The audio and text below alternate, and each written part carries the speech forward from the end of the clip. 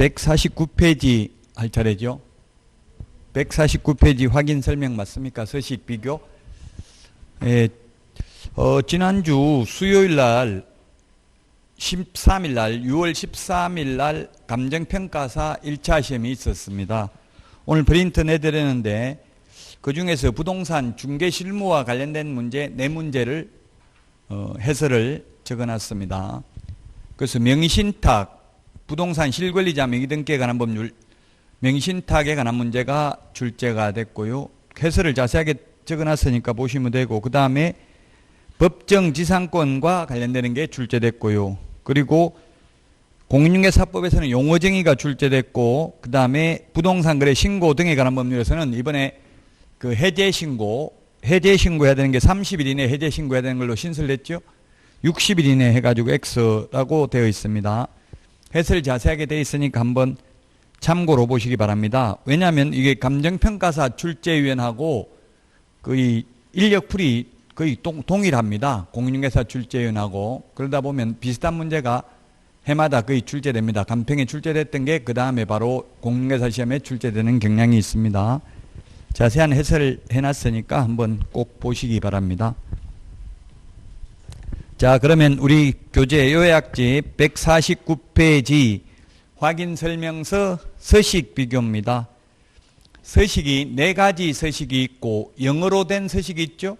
영문 서식도 있습니다. 영어로 된 서식이 있다.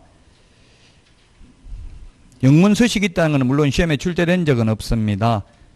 자, 거기에 보면 확인 설명서 서식이 기본 확인 사항이 있고요. 왼쪽에 세부 확인 사항, 중개 보수 이렇게 나누어져 있는데, 기본 확인 사항은 개업공개사 혼자서 알 수 있는 게 기본 확인 사항이고요. 세부 확인 사항은 의뢰인한테 물어봐야 알 수 있는 게 세부 확인 사항입니다. 시험에 기본 확인 사항에 해당하지 않는 것은, 해당하는 것은, 세부 확인 사항에 해당하는 것은 이렇게 시험에 출제됐습니다. 그래서 세부 확인 사항을 기억하는 게 더 쉬울 것 같아요. 세부 확인 사항은 실제 권리관계, 내외부 시설물의 상태, 벽면 및 도배 상태, 일조, 소음, 진동, 환경 조건 이런 것들은 의뢰인에게 물어봐야 알 수 있는 거죠. 그래서 이게 세부 확인 사항입니다. 자, 그 다음에 서식에, 모든 서식에 공통적으로 기재되는 게 그 맨 밑에 표 밑에 동그라미 2번에 있는데, 표 밑에 동그라미 2번에 대권, 금세, 실수. 대권 잡으면 금세 실수를 한다. 그래서 대상 물건의 표시, 권리관계, 거래 예정금액, 그 다음에 취득 관련 조세의 종류 및 세율, 실제 권리관계, 중개 보수 산출 내역입니다. 149페이지 표 밑에 동그라미 2번에 있죠. 자, 그래서 그걸 서식의 맨 위에 보면 1번 대상 물건의 표시 동그라미 하시고, 그 다음에 2번 권리관계 동그라미 하시고요. 그 다음에 거래 예정금액 7번 동그라미 하시고, 그 다음에 8번 취득 관련 조세, 9번 실제 권리관계 동그라미 하시고, 그 다음에 13번 중개보수, 이렇게 6가지는 모든 서식에 공통적으로 기재되는 사항입니다. 6가지는. 자, 그 다음에 다시 그러면 서식 맨 위에 대상 물건의 표시, 내진 설계 적용 여부와 내진 능력, 이것은 1, 2의 서식에만 해당되고, 3, 토지는 3이 토지죠. 1이 주거용, 2가 비주거용, 3이 토지, 4가 임목, 광업재단, 공장재단입니다. 그래서 내진 설계는 1, 2의 서식만 해당되지, 토지에는 건물이 없으니까 내진 설계 적을 필요 없겠죠. 이 내진 설계 적용 여부와 내진 능력은 건축물 내장을 통해서 확인합니다. 그런데 간혹 건축물 내장에 기재되지 않은 것도 있더라고, 기재되어 있지 않는 것도. 그래서 건축물 내장에 기재되어 있지 않는 경우에는 기재사항, 건축물 내장에 기재사항 없음 이렇게 적어야지, 공란으로 남겨두면 그 자체가 확인설명서 작성 위반입니다. 무조건 공란이 있으면 안 됩니다. 자, 그 다음에 권리관계인데, 권리관계 중에서 민간임대 등록 여부를 체크하도록 되어 있는데, 민간임대 특별법에 의한 민간임대주택인지 여부는 임대주택 정보 체계를 통해서 확인합니다. 임대주택 정보 체계가 뭐냐 하면은 렌트홈입니다. 렌트홈. 여러분들이 지금 인터넷으로 다음이나 네이버에 렌트홈을 한번 치보시기 바랍니다. 렌트홈. 렌트홈이라고 한글로 치면은 이 임대주택 정보 체계가 되겠습니다. 렌트홈이. 여기에 들어가면 민간임대주택에 해당하는지 여부를 지번만 치보면 다 확인할 수 있습니다. 알 수 있습니다. 그래서 민간임대주택 특별법에 의한 민간임대주택인지 여부를 확인해서 기재를 합니다. 자, 그 다음에 토지이용계획 공법상 이용제한 거래 규제인데요. 이것은 임목, 광업재단, 공장재단 해당 사항이 없고 금폐율, 용적률 상한은 시, 군, 조례를 보고 기재하고 기타 토지이용계획 확인서 내용을 확인하여 기재를 합니다.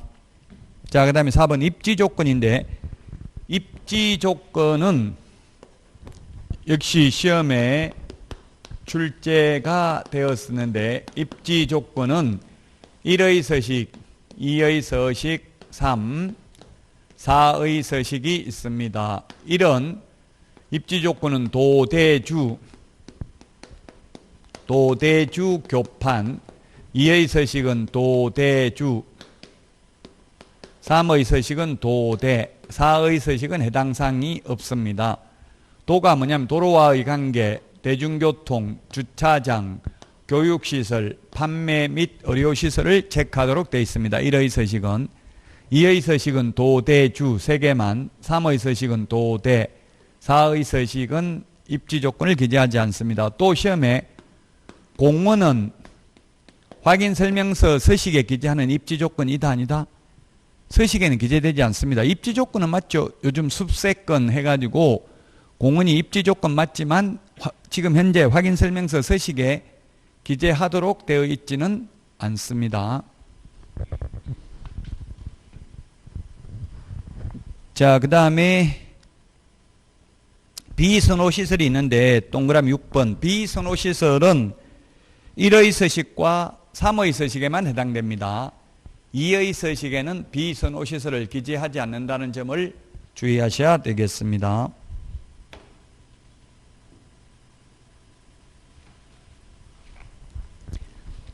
비선호시설이 뭔지는 구체적으로 적시되어 있지 않습니다. 호불호는 개인 취향에 따라 다를 수 있죠. 옛날에는 소위 4대 혐오시설이라고 해서 쓰레기 소각장, 열병합 발전소, 화장장, 봉안당 이런 것들이 해당되었는데 지금은 뭔지 구체적으로 되어 있지는 않고요. 개인 취향에 따라 호불호는 다를 수 있습니다. 그래서 이걸 100% 지키기는 어렵죠. 자, 그 다음에 취득 관련 조세의 종류 및 세율인데 지방세법 내용을 확인하여 기재를 하고요. 재산세도 6월 1일 소유자가 납부해야 된다는 것도 기재되어 있습니다. 자, 그 다음에 실제 권리관계는 등기부에 나타나는 것은 동그라미 2번 권리관계에 기재하고 등기부에 나타나지 않는 법정지상권, 그 다음에 유치권, 등기 안 된 임차권, 조각물, 정원수, 경공매 사항이 있으면 경공매 신청 기입 등기되어 있으면 이런 것들을 기재합니다. 자, 그 다음에 내외부 시설물의 상태에서는 세부사항 보면은 제9번 실제 권리관계부터는 세부사항입니다. 10번에 보면은 1의 주거용에는 소방에 보면 단독경보형 감지기를 기재하도록 되어 있습니다. 다만 단독경보형 감지기는 아파트는 제외합니다. 아파트를 제외한 주택의 경우에만 작성합니다. 그 다음에 2의 서식. 2의 서식은 소화전, 비상벨을 기재합니다. 단독경보형 감지기를 기재하는 게 아니고요. 단독경보형 감지기는 1의 서식만 해당되는데 아파트는 제외한다. 자, 그 다음에 벽면 및 도배 상태인데 1의 서식은 벽면 및 도배 상태를 모두 기재하는데 2의 서식에는 벽면만 기재하고 도배는 아예 기재하지 않습니다. 지금 우리 학원 건물도 보면 도배가 안 돼 있잖아요. 그래서 도배는 2의 서식에는 기재하지 않습니다. 그 다음에 환경조건입니다. 12번. 환경조건은 1의 서식에만 기재합니다. 1소진입니다. 1조 소음 진동이 되겠습니다. 1조 소음 진동. 1조량 소음 진동 요건 1의 서식에만 기재합니다. 그 다음에 중개보수 및 실비 산출 내역은 중개보수 지급 시기를 기재하도록 2020년 2월 21일부로 개정됐습니다. 그 서식을, 뒤에 서식을 바로 한번, 서식을 넣어놓은 이유는 기본서 서식하고 다르다는 이야기입니다. 개정됐다는 이야기입니다. 150페이지 메뉴에 보니까 2020년 2월 21일 개정됐다고 돼 있죠. 기본서 나오고 나서 뭐가 개정됐냐 하면은 동그라미 2번 기본서하고 다른 점입니다. 동그라미 2번에 민간임대 등록 여부에 보면 두 번째 줄에 해당사항 없음이라고 있죠. 해당사항 없음, 이게 신설됐습니다. 왜 신설됐냐면 이걸 옛날에는 해당사항 없음 체크할 곳이 없습니다. 그럼 해당사항 없으면은 어디다 체크하냐고, 체크를 안 하면 전자계약서를 적으면 다음 페이지를 다음에 입력을 할 수가 없어요. 앞에 빈칸이 있으면 다음 칸이 입력이 안 된다고요. 그래서 이제 해당사항 없다는 걸 체크를 해야 다음 칸에 입력을 할 수 있는 거예요. 그래서 해당사항 없음을 신설했고요. 그 다음에 151페이지 동그라미 8번 취득시 부담할 조세 및 참고로 보면 6월 1일 기준 대상 물건 소유자가 납세 의무를 부담한다. 재산세. 이게 물론 올해 신설된 건 아니지만 최근에 신설됐습니다. 재산세는 취득 관련 조세는 아니죠. 그럼에도 불구하고 분쟁이 많이 생기니까 여기다가 기재를 해놨다고요. 재산세는 6월 1일 하루만 가지고 있으면 1년분 세금을 다 내야 된다. 그 다음에 152페이지 중개보수 및 실비 금액과 그 산출 내역에 보면 13번에 지급 시기를 기재하도록 신설됐습니다. 지급 시기. 지급 시기 밑줄 치놓으세요. 올해 신설됐습니다. 지급 시기가 옛날에는 없었습니다. 중개보수 지급 시기 옆에 보니까 참고 표시, 그 참고 표시 맨 마지막에 보니까 부가가치세는 별도로 부과될 수 있습니다. 이렇게 돼 있죠? 그 밑줄 치세요. 중개보수가 100만 원이면 일반 과세사업자라면 부가가치세 10만 원, 간이과세사업자라면 부가가치세 3만 원 추가로 더 받아도 된다는 이야기입니다. 공인중개사법 위반이 아니라는 이야기입니다. 자, 그 다음에 그 밑에 거래 당사자, 매도인, 매수인, 임대인, 임차인은 서명 및 날인하는 게 아니라 서명 또는 날인합니다. 152페이지 맨 밑에 서명 또는 날인이죠. 거래 당사자는 매도인, 매수인 박스 보면 서명 또는 날인이고요. 개업 공인중개사와 소속 공인중개사는 서명 및 날인이죠. 이게 시험에 출제됐습니다. 거래 당사자는 서명 또는 날인, 예, 그 다음에 개업공개사와 소속공개사는 서명 및 날인입니다.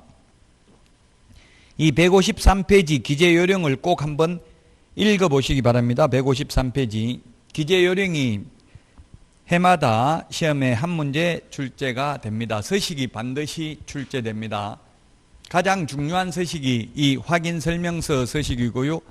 그 다음에 두 번째 중요한 게 전속중개계약서 서식이고, 세 번째 시험에 많이 나오는 게 부동산거래 신고서 서식입니다. 부동산거래 신고서 서식. 세 개 서식은 꼭 좀 보셔야 되겠습니다. 자, 다음은 154페이지 중개기법 및 중개업 경영입니다. 이 부분은 이제 현업에 나가면 중요하죠. 근데 이거는 시험에는 거의 안 나옵니다. 왜냐하면 중개를 못하면, 중개기법, 마케팅을 잘해야 돈을 많이 벌고 돈 못 벌면 혼자만 망하면 되는 거지 일반 국민들이 피해보는 것은 아니기 때문에 시험에는 거의 안 나옵니다. 이제 현업에 나가면 중요합니다. 그래서 대체로 제가 20년간 빅데이터를 내보니까 점수 잘 나오는 분들은 현업에 나가면 거의 망하고요. 80점 이상 받으면 80% 이상 망하고 65점 밑으로 합격하면 95% 이상 성공하더라고요. 성적과 반비례하는 경향이 있습니다. 그래서 여러분들이 점수가 혹시 잘 나오면 고득점으로 합격하면 바로 개업하면 안 되고 반드시 취직을 해보는 게 좋습니다. 적성에 맞는지 확인을 해 보셔야 됩니다. 자, 154페이지 맨 밑에 양가로 4번 시험에는 거의 안 나오니까 한 번이라도 나왔던 거, 아이다이 원리. 아이다이 원리, 이거는 마케팅 용어입니다. 기다 반대가 아이다, 어른 반대가 아이다, 뭐 이런 분들도 있는데 모든 상품의 구매 심리 발전 단계를 나타내는 게 아이다의 원리입니다. 그래서 어떤 물건을 보면 attention, 주의 주목을 하고요. 그 다음에 interest, 흥미를 느끼고, 그 다음에 desire, 사고 싶은 욕망을 느끼고요. 액션, 행동, 구매를 하게 됩니다. 액션, 행동, 구매를 하게 된다. 그러면 클로징을 언제 시도하는 게 바람직한가? 클로징은 욕망이나 행동 단계의 클로징, 계약 체결을 시도하는 게 바람직하다. 근데 손님들이 나 지금 욕망 느끼고 있어, 미칠 것 같아, 사고 싶어, 이런 말 해요, 안 해요? 안 하잖아요. 그 눈빛만 보고 표정만 보고 동물적 감각으로 알아내야 됩니다. 사고 싶어 하는 거. 이런 감각이 뛰어난 분들은 합격이 잘 안 되는 안타까운 현실이라고요. 또 합격을 잘하는 분들은 이런 감각이 또 떨어지고, 그래서 신이 있다면 인간에게 공평한 기회를 주는 것 같아요. 자, 그 다음에 155페이지 양가로 2번에 부동산의 셀링 포인트가 있는데, 셀링 포인트를 우리나라 그 부동산학을 처음 도입하신 이창석 교수님, 일본 고베대에서 공부를 하신 이창석 교수님 같은 경우는 판매 소구점이라고 하더라고. 이게 판매, 일본식 한자로 판매 소구점. 지금 우리나라에서 소구점 이런 말 잘 안 쓰죠. 셀링 포인트, 그냥 그대로 말 그대로 영어 그대로 쓰는 게 더 오히려 나을 것 같아요. 셀링 포인트라는 것은 셀링, 판매하는 포인트잖아요. 그 셀링 포인트라는 것은 구매자가, 매수인이 느낄 수 있는 만족이 셀링 포인트입니다. 구매자에게 만족을 줄 수 있는 포인트가 셀링 포인트입니다. 그래서 구매자, 매수인의 특성이 다양하므로 셀링 포인트도 다양하죠. 그래서 시험에 단독주택과 아파트의 셀링 포인트의 한계를 명확하게 구분할 수 있다. 시험에 출제됐습니다. 예를 들면 나는 사생활을 보호받고 싶다. 자유분방하게 그냥 비혼주의자로 혼자 살면서 즐기면서 살고 싶다. 어디가 사생활 보호가 잘 될까요? 아파트와 단독주택 사장님 추천 좀 해주세요 하면 여러분들은 뭘 추천해 주실 겁니까? 예, 아파트, 단독, 사람마다 다 다르다고요. 절대적이진 않고 일반적으로는 단독주택, 전원주택 같은 게 잘 되겠죠. 단독주택이라도 다가구 이런 건 안 될 것이고요. 단독주택이 더 사생활 보호는 잘 됩니다. 일반적으로는. 근데 그건 절대적이진 않다고요. 아파트는 엘리베이터 같이 타면 거의 다 저는 누군지 몰라도 다른 사람 저를 누군지 알 수도 있어요. 그래서 저도 엘리베이터 같이 섞이는 거 싫어서 잘 안 타요. 웬만하면. 사람 있으면 그냥 걸어서 다니고 없을 때만 타고 그렇게 해요.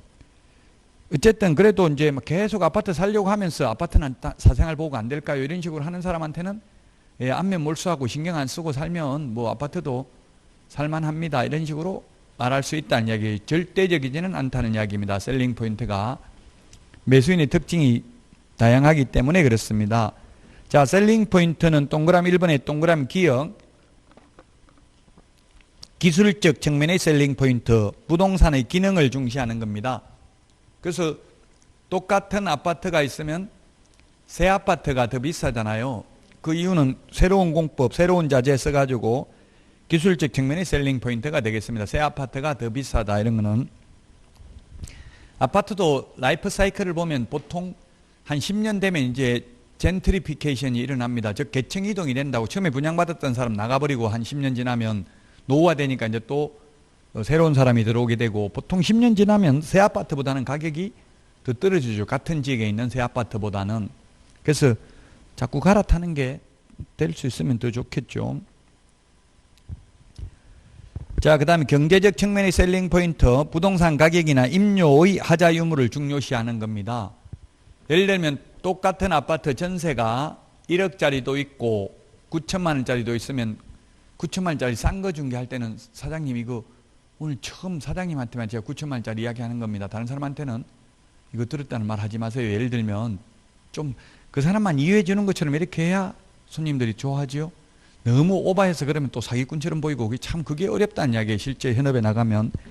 근데 그런 거는 실무 경험을 이제 실제 좀 고객을 많이 만나보는 게 좋겠죠. 어쨌든 싸다는 걸 강조하는 게 경제적 측면의 셀링 포인트라고요. 그 다음에 법률적 측면의 셀링 포인트, 소유권, 공법 규제, 세법 등인데, 그럼 예를 들어서 조금 전에 1억짜리 9천만 원짜리 두 개가 있으면 1억짜리 중개할 때는 이거 왜 이렇게 비쌉니까? 어제는 9천만 원짜리 있더니만 이러면 예, 지금도 있습니다. 근데 그 융자가 많이 돼 있어서 경매 넘어가면 보증금 떼일 우려가 있어서 사장님한테는 말씀 안 드렸는데 그라도 그럼 해드릴까요? 그렇게 말하면 나를 위해서 말 안 하는 건데 한다 하겠어요? 안 한다 하겠어요? 떼일 우려가 있다고 하는데 안 한다 하겠죠? 그렇게 말하는 게 법률적 측면의 셀링 포인트입니다. 정책적 측면의 셀링 포인트. 예, 또 이번에 부동산 정책이 수요일 날 발표돼가지고 지난 금요일부터 19일부터 시행되는 부동산 정책이 있죠. 그런 정책적 측면의 셀링 포인트도 가격에 영향을 많이 미칩니다. 이번에 뭐 대출 규제 뭐 이런 것들, 그 다음에 법인들 대출 이제 임대사업자나 이런 분들 대출을 전면 금지하고 이런 것들이 정책으로 나왔습니다. 그 정책도 셀링 포인트가 될 수 있다. 요 정도가 시험에 출제됐습니다. 자, 그 다음에 156페이지 거래계약의 체결입니다.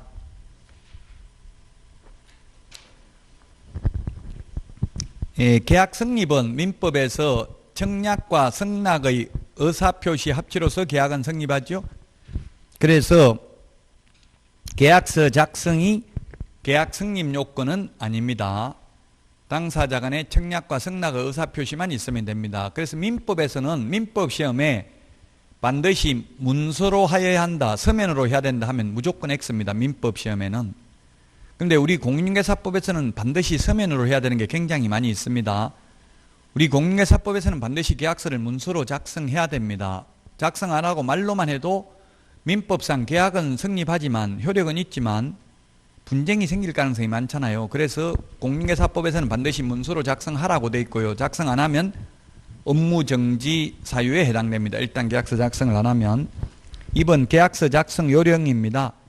계약서 서식인데 계약서는 법정 서식이 없습니다. 국토교통부 장관이 표준 서식을 정해서 그 사용을 권장할 수 있습니다. 지금 현재 권장하는 서식도 없습니다. 자, 그래서 법정 서식 없는 것 시험에 출제가 되었었는데요. 법정 서식. 법정이라는 것은 법령에 규정된 서식을 법정 서식이라고 합니다. 법정 서식 없는 것입니다. 첫 번째 거래계약서. 거래계약서 법정 서식 없고요. 그 다음에 금인계약서 법정 서식 없습니다. 그 다음에 왠지 있을 것 같은데 서식이 없는 게 공동사무소 설치 신고서. 공동사무소 설치 신고서 법정 서식 없습니다. 그 다음에 중개 보수 영수증. 중개 보수 영수증도 법정 서식 없습니다. 그 다음에 부동산 거래 신고 등에 관한 법률에서 정정신청서도 법정 서식이 없고 따라서 신고 필증에 정정사항을 기재해서 제출하면 됩니다. 이건 법정 서식이 없는 것들입니다. 양가로 2번 계약서 작성 요령인데요. 이런 것들이 요즘은 시험에 거의 안 나옵니다. 이게 법조문에 있는 게 아니잖아요. 그냥 실무에서 작성하는 요령이기 때문에. 그래서 간단 명료하고 분쟁의 소지가 없도록 적어야 되고요. 2번 아라비아 숫자나 로마 숫자는 피해야 된다. 글자, 금액 적을 때도. 당연히 이런 거는 이제 요즘은 뭐 손으로 적는 게 아니라 컴퓨터로 하기 때문에 컴퓨터에 아예 한글이나 한자 입력하면 한자로도 적어줍니다. 그 숫자. 그래서 우리 은행에 돈 찾을 때에도 아라비아 숫자로 1000만 원 하면 안 되고 아라비아 숫자 1000만 원 이렇게 하면은 이게 1을 바꿀 수가 있잖아요. 4로 바꿀 수도 있고 5로 바꿀 수도 있고 9로 바꿀 수도 있고 7로 바꿀 수도 있죠. 그래서 1천만 원 이런 식으로 한글로 적든지 아니면 한자로 적고 뒤에다가 추가로 아라비아 숫자를 병기하는 것은 상관이 없습니다. 아라비아 숫자나 로마 숫자만 적는 것은 피해야 된다. 이런 게 시험에 안 나온다고요. 왜냐하면 이건 자동적으로 요즘은 컴퓨터에서 다 이렇게 작성되기 때문에 옛날에 뭐 한 10년 전에는 나오긴 했습니다. 그 다음에 3번 정정시 주말 후. 주말이라는 게 옛날 등기법에 이런 말이 있었는데 지금은 없어졌어요. 등기법에도 주말 붉은 줄을 끊는다 이 말입니다. 꼭 붉은 줄을 꺼야 뭐 효력이 있는 것 아니죠. 그냥 까만 줄을 치도 상관은 없습니다. 예를 들면 어쨌든 정정을 하려면 이렇게 보이게 정정을 해야 돼. 세 글자 정정, 세 글자 정정 이렇게 적고 정정 적고요. 그 다음에 여기에다가 매도인, 매수인, 개업공개사 도장 3명 찍고 이렇게 하면 되겠죠. 근데 이것도 시험에 안 나오는 게 요즘은 잘못 적었으면 컴퓨터로 새로 출력합니다. 이렇게 주말하고 두 줄 치고 막 이런 식으로 안 하고요. 이건 그냥 참고로 보시면 되겠습니다. 어쨌든 만약에 고치더라도 완전히 안 보이게 이렇게 지우면 안 되죠. 우리 여러분들도 책에 뭐 고치라고 하면 완전히 안 보이게 지워버리면 이게 나중에 분쟁의 소지가 있다고 이게 뭘 지었는지 이게 네가 지었잖아 내가 지었잖아 서로 다툼의 여지가 있기 때문에 뭔 글자를 지었는지 알 수 있도록 제가 검찰 신문조서 저도 받아봤는데 검찰 신문조서는 받고 다 나중에 읽어보거든요. 내가 이렇게 진술한 게 맞는지 마지막에 읽어보고 사인하라고 하거든요. 근데 읽어보고 제가 이렇게 말 안 했는데요 고치려고 하면은 이걸 새로 신문조서를 적는 게 아니라 처음 진술을 이렇게 진술하였으나 번복하였음 해가지고 그냥 처음에 진술한 거 그대로 다 보이게 해놨다고. 그럼 판사가 볼 때 이게 자꾸 처음에 행가고 다 번복을 했으면 이게 신빙성이 없다 떨어진다 이런 말 하잖아요. 자꾸 말을 이랬다 저랬다 한다고 보는 거잖아요. 그래서 절대로 검사들은 다시 안 고쳐요. 다시 완전히 새로 출력하는 게 아니라 세 글자 정정 처음 진술한 거 보이게 해놓고 처음 진술한 거 보이고 새로 진술한 거 이렇게 번복함 진술을 번복함 이렇게 해가지고 새로 적어버린다고. 그럼 판사가 어떻게 판단하겠냐고요. 그래서 여러분들도 마찬가지로 계약서 완전히 안 보이게 지우지는 마시라는 이야기에 혹시나 뭐 계약서 다 써놓고 고칠 일이 있을 수도 있어요. 예를 들면 요즘은 주소 같은 거에 정확하지 않으면은 확정일자 도장을 안 찍어주거든요. 동주민센터에서 주소를 잘못 적으면 그 조심해야 돼. 주소 잘못 찍어가지고 다시 매도인 매수인 뭐 또는 임대인 임차인 나오라고 하면 짜증내잖아요. 나와가지고 또 하면은 그 나중에 중개보수 받기 힘들겠죠. 너 한 게 뭐 있냐 귀찮게 받게 되겠냐 이런 식으로 나올 수 있어요. 그러니까 반드시 주소는 네이버나 뭐 다음에 이렇게 도로명 주소 이런 거 치면은 다 변환이 되도록 돼 있어요. 집원 주소하고. 우리 계약서 적을 때는 주소를 2번 적어요. 도로명 주소와 집원 주소를. 물건의 표시를 적을 때는 집원 주소를 적고요. 그 매도인 매수인 인적사항 적을 때는 또 도로명 주소를 적어요. 그러니까 그게 맞는지 정확하게 변환을 해가지고 확인해 봐야 돼요. 저도 지금 집 주소를 도로명 주소밖에 몰라요. 2개 다 암기하기가 힘들더라고요. 옛날에는 그냥 집원 주소니까 집원만 알았는데 요즘은 도로명으로 다 하니까 그 2개 다 알고 있는 사람이 잘 없더라고요. 현업에서 계약서를 써보니까. 자, 그 다음에 동그라미 3번 간인. 간인 찍는 거 예를 들면 계약서가 여러 장이면 반 접어가지고 간인은 연결된 문서라는 걸 나타내기 위해서 반 접어가지고 이렇게 도장 찍는 거 있죠. 앞페이지 뒷페이지 반 접어가지고 이게 간인입니다. 물론 간인 안 찍었다고 그 계약이 무효가 되는 것은 아니죠. 그 다음에 4번 인지첨부. 인지세라는 게 있어요. 인지세. 우표처럼 인지세를 붙이잖아요. 계약서에 등기할 때 그 인지가 안 붙었다고 해서 계약이 무효는 아닙니다. 인지세. 인지세가 10억 넘으면 35만 원, 1억부터 10억까지는 15만 원입니다. 인지세가 그 우표처럼 붙입니다. 이런 게 시험에 요즘은 잘 안 나옵니다. 어쨌든 계약 효력에 영향을 미치지 않는다. 계약 효력은 청약과 승낙의 의사표시 합치로서 계약은 성립한다고요. 그 다음에 24시간 이내에 계약을 해제할 경우에는 계약금을 떼이지 않고 돌려받을 수 있다고 매수인, 거래 당사자에게 설명했다. 이게 시험에 2번 출제됐습니다. 그런 말 없죠? 시험에 출제됐었다고요. 법조문에 없는데 대법원 공보관이 나와서도 이런 것까지 아예 언론에 발표하더라고. 그런 법은 없다고요. 하루 24시간 안에 계약 해지한다고 돌려받는 거? 아닙니다. 그냥 계약금 줬다면 그 순간 못 돌려받습니다. 자, 그 다음에 계약서 기재사항 157페이지. 그냥 거래계약서 기재사항이지 임대차 계약서, 매매계약서, 교환계약서 따로 구분되어 있는 게 아닙니다. 157페이지 맨 위에 왼쪽에 있는 게 우리 암기 핵심 비교정리 프린트 9번, 오른쪽에 핵심 비교정리 프린트 10번에 있습니다. 핵심 비교 종이 프린터 어디 있냐 이런 거 인터넷에 묻는 분 많은데 고급 자료실에 보면 업로드 되어 있습니다. 인터넷 듣는 분들은. 자, 157페이지 맨 157페이지 왼쪽에 있는 게 우리 암기 프린터 9번에 있다고요. 9번. 9번에 보면은 인물계약금, 인권조교, 거래 당사자의 인적사항, 물건의 표시, 계약일, 그 밖의 약정사항, 거래금액, 물건의 인도일시, 권리 이전 내용, 조건 기한, 확인설명서, 교부일자, 암기해야 됩니다. 이거는. 자, 암기가 중요합니까? 이해가 중요합니까?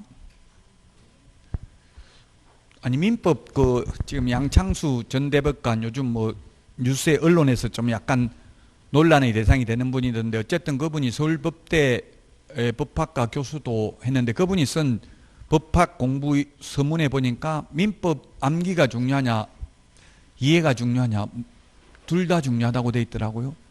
이제 공부를 잘하는 사람이 이게 암기해야 될 부분인지 이해해야 될 부분인지 그걸 판단도 안 되잖아요. 무조건 그냥 암기만 또 한다고 되는 것도 아니고 어느 정도 생각을 하면서 암기해야 되겠죠. 그래서 민법도 심지어 암기도 중요하다고요. 그럼 공인중개사법은 암기가 어떻게 보면 더 많습니다. 이해. 이런 거는 그냥 단순히 암기해야 돼요. 근데 물론 생각해보면 아 이거 계약서에 적어야 되겠다는 느낌은 들어요. 거래 당사자 인적사항 적어야 되죠. 당연히. 물건의 표시. 이 물건의 표시를 적을 때는 지번 주소를 적는다고요. 소재지 물건의 표시 적을 때는. 자, 그 다음에 그 10번에 보면 금융계약서 필요적 기재사항, 이것도 금융계약서 필요적 기재사항, 요거는 시험에 그렇게 자주 나오지는 않습니다. 부동산 등기 특별조치법이니까 당모가지, 개대가리, 중위 좋아한다. 당사자, 목적 부동산, 계약연월일, 대금 지급관계, 개업공개사, 조건 기한입니다. 이해를 바탕으로 하되 실제 시험장에 가서는 어느 정도 암기가 돼 있어야 돼. 그래야 바로바로 답을 할 수 있죠. 지금 여러분들이 모의고사 보고 점수 안 나와서 포기하려면 모의고사 안 보는 게 좋아요. 건강에. 모의고사는 지금 적정한 점수는 17.5점입니다. 제가 시험을 저는 8회 때부터 1995년부터 시험 봤는데 한 달 전에 모의고사 보고 17.5점 받고 한 달 후 본시험에서 100점 받았어요. 그래서 모의고사 점수는 전혀 신경 쓸 필요 없고 뭐가 틀리는지 다시 확인해보고 공부하는 게 중요한 거지. 지금 점수 잘 나오면 오히려 그건 고통이에요. 고통. 독약이에요. 독약.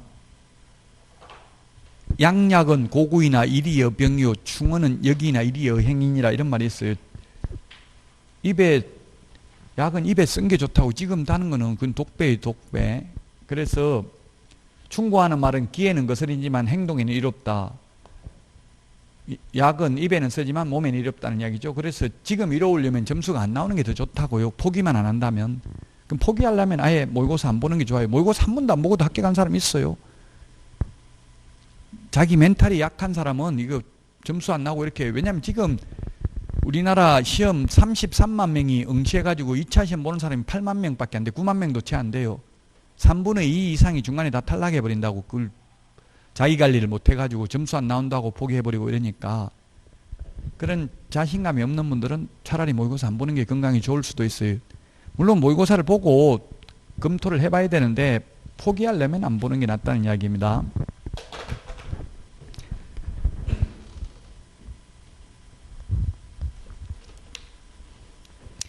자, 157페이지 4번 계약서 필요적 기재사항, 거래 당사자 인적사항은 신분증 보고 적으면 되고요. 물건의 표시는 집은 주소니까 대장 보고 적으면 되고요. 물건의 인도 일시, 이사하는 날짜, 이사하고 만약에 임대차면 이사하는 날짜하고 보증금 돌려받는 날이 동시행 관계 있죠. 이때 동시행이라고 하면 뭡니까? 이것도 현업에서 제가 해보니까 이사를 한 번도 안 해본 세댁인 경우 만약에 잔금 시각을 적어요. 계약서에는 잔금 시각을 적는 경우도 있고 뭐 말로만 하는 경우도 있는데 잔금 시각도 적는 게 계약서에 좋아요. 11시 이렇게 보통 11시에 많이 해요. 11시가 잔금 시각이면 세입자는 11시까지 짐 다 빼는 거죠. 짐 차에 다 실어놓고 돈 받는 건데 11시에 차를 부르는 사람이 있어요.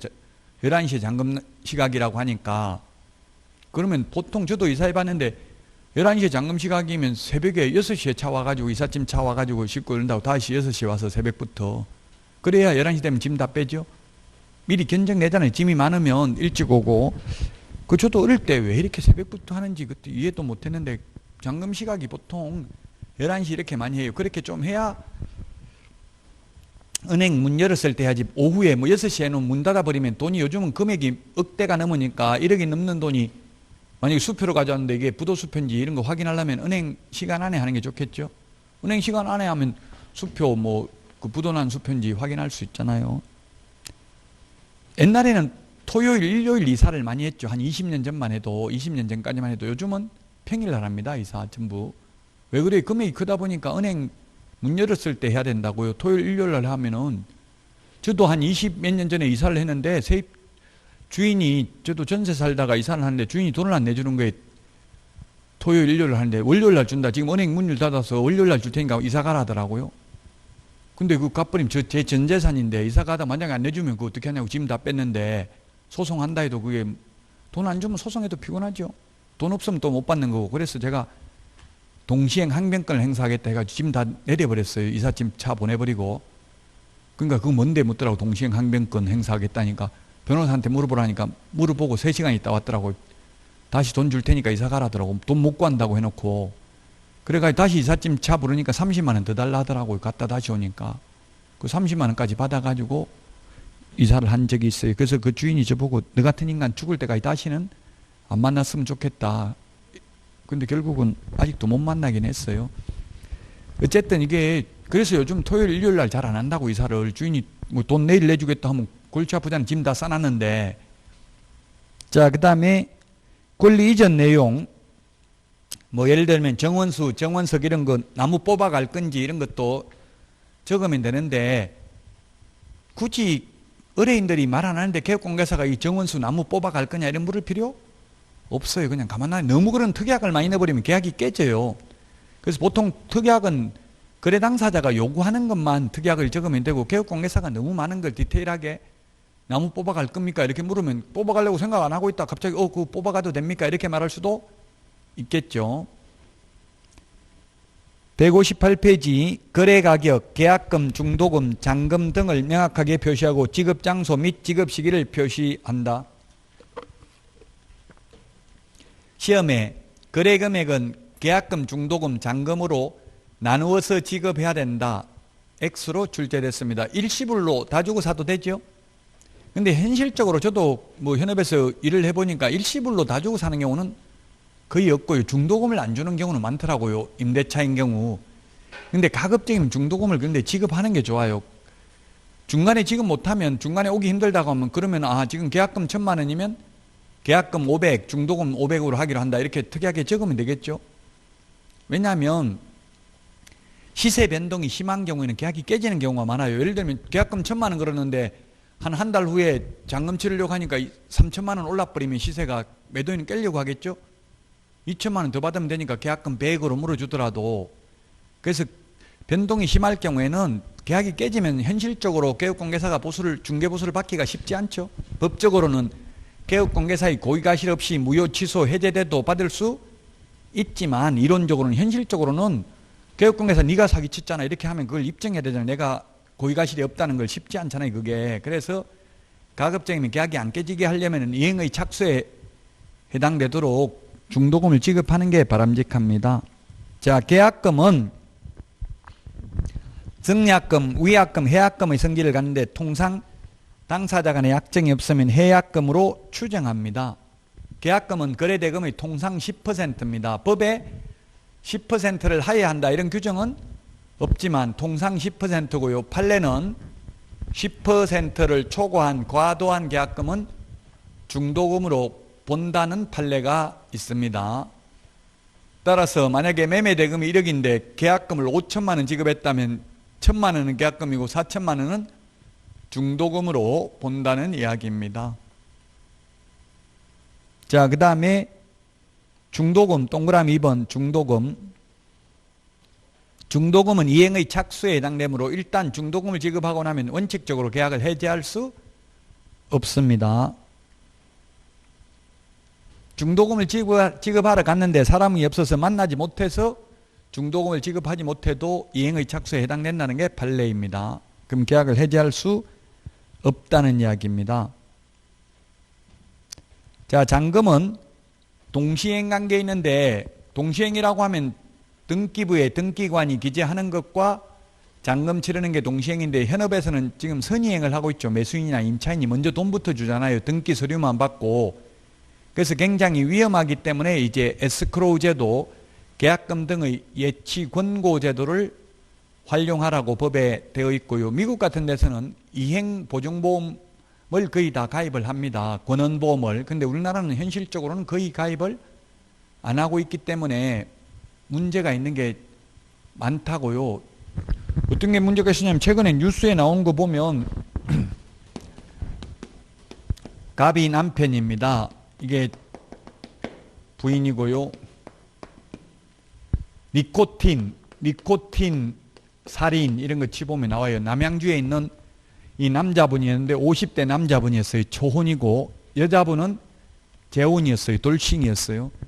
근데 이 여자분은 딸도 있더라고. 딸하고 같이 살았는데 니코틴 뭐 주사를 했는지 어떻게 했는지 남편 죽었어요. 집이 3채인가 있었고 재산이 10억이 넘더라고요. 총각이었는데 50대인데 남양주인데 이게 천안에서 거의 춘안에 있다가 주말에만 갔어요. 근데 이 부인은 또 주중에는 다른 내연남하고 동거 생활을 하고 주말에만 또 이 남편하고 살고 있었어요. 그러다가 죽이니까 살인을 했는데 이게 상속인이 자식도 없고 부모도 없고 아무도 없어요. 이촌까지는 형제간도 없고. 그래가지고 전부 상속받아가지고 이 을이 선의의 제3자 병한테 팔았다고요. 등기가 자기 이름으로 돼 있는데 그 팔았는데 이게 살인사건이 났다는 게 나중에 법원에서 판결이 났어요. 검찰에서 밝혀내고 뭐 경찰이 수사해가지고. 그러면 이게 살인을 하면 상속의 결격사유에 해당되거든요. 상속인이 될 수 없어요. 그러면은 이게 상속이 무효라고요. 결격사유니까. 그러면 이 선의의 제3자는 소유권 취득해 못해요. 등기 공신력이 없으니까 취득할 수 없죠. 그래서 이 갑의 조카가 몇 촌이에요? 3촌이죠. 3촌. 상속 순위가 직계 비속 1순위, 직계 존속 2순위, 그 다음에 형제 자매가 3순위, 그 다음에 사촌 이내의 반계 혈족이 4순위거든요. 그래서 이 4순위인 이 사람이 진정명의 회복 등기 신청을 해가지고 병한테로부터 소유권을 넘겨받았어요. 그럼 이 사람은 병은 돈이 지금 수억 원 할 거 아니에요. 억대가 넘을 거 아니에요. 근데 돈은 돈대로 줬고 등기는 등기대로 뺏기버려도 이거 어디서 보호받을 수가 없어요. 그러면 이 사람을 을을 대상으로 소송해가지고 돈을 받아낼 수는 있지만 지금 감옥에 가 있다고. 이거 지금 을은 징역 뭐 30년인가 무기징역인가 받고 감옥에 가 있는데 받아내기 쉬워요? 어려워요? 어렵다고 봐야 되겠죠. 그래서 이런 게 만약에 이런 걸 중개했다면 개업공개사에게도 일부 책임이 있을 수 있어요. 만약에 이 을의 등기 필 정보까지도 다 확인 완벽하게 했다면 책임이 거의 없지만 보통 현실적으로는 등기 필 정보를 확인 잘 안 하죠. 그러면 개업공개사도 책임을 일부는 져야 된다고요. 그래서 우리나라는 등기 공신력이 없기 때문에 굉장히 위험하다는 이야기입니다. 158페이지. 자, 우리 그 인감증명, 매도용 인감증명서 이런 거 유효기간이 몇 개월이다? 유효기간이 3개월입니다. 인감증명법상은 유효기간이 없는데 등기법 시행규칙 제62조에 의하면 매도용 인감증명서는 보면 매수인 인적사항도 기재되죠. 이런 것들은 유효기간이 3개월이다. 기타 약정사항 159페이지 이런 거는 시험에 거의 잘 안 나옵니다. 참고로 보시면 되겠습니다. 그냥 민법에서 배운 내용입니다. 다. 뭐 맨 위에 동그라미 1번 과실의 귀속을 보면 예를 들면 지금 15일 날 잔금 치르는데 월세 들어오는 게 있다고. 이달 월세가 예를 들어서 100만 원 들어오는 게 있으면 그 월세 누가 가져야 되냐. 매수인 매도인 중에서 월말에 들어온다고 15일 날 잔금 치르고 이러면 원칙적으로 이미 지나간 거는 매도인이, 아직 남은 기간은 매수인이 받으면 된다고요. 50만 원. 근데 그걸 굳이 특약으로 잔금 지급일이 속한 달의 차임은 매수인이 갖기로 한다, 매도인이 갖기로 한다 특약에 적으면 그 특약대로 하면 되겠죠. 근데 굳이 여러분들이 그 이달 월세는 누가 가질 겁니까? 이런 거 물을 필요 없어요. 그 물어가지고 괜히 계약 깨진다고 그것 때문에 돈 100만 원 때문에 싸우다가. 자, 그 다음에 7번입니다. 양가로 7번 159페이지 7번 서명 및 날인하는 것은 계약서와 확인설명서밖에 없다고 했죠. 그것도 개업공개사와 소속공개사만 서명 및 날인하고 그 외에 모든 서류는 서명 또는 날인이고요. 계약서와 확인설명서에도 거래 당사자는 서명 또는 날인하도록 입법화되어 있습니다.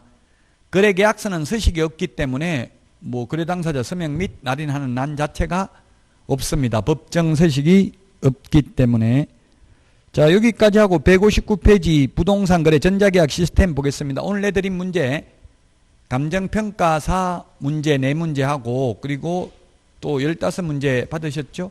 문제 풀어보시고 쉬었다가 하도록 하겠습니다.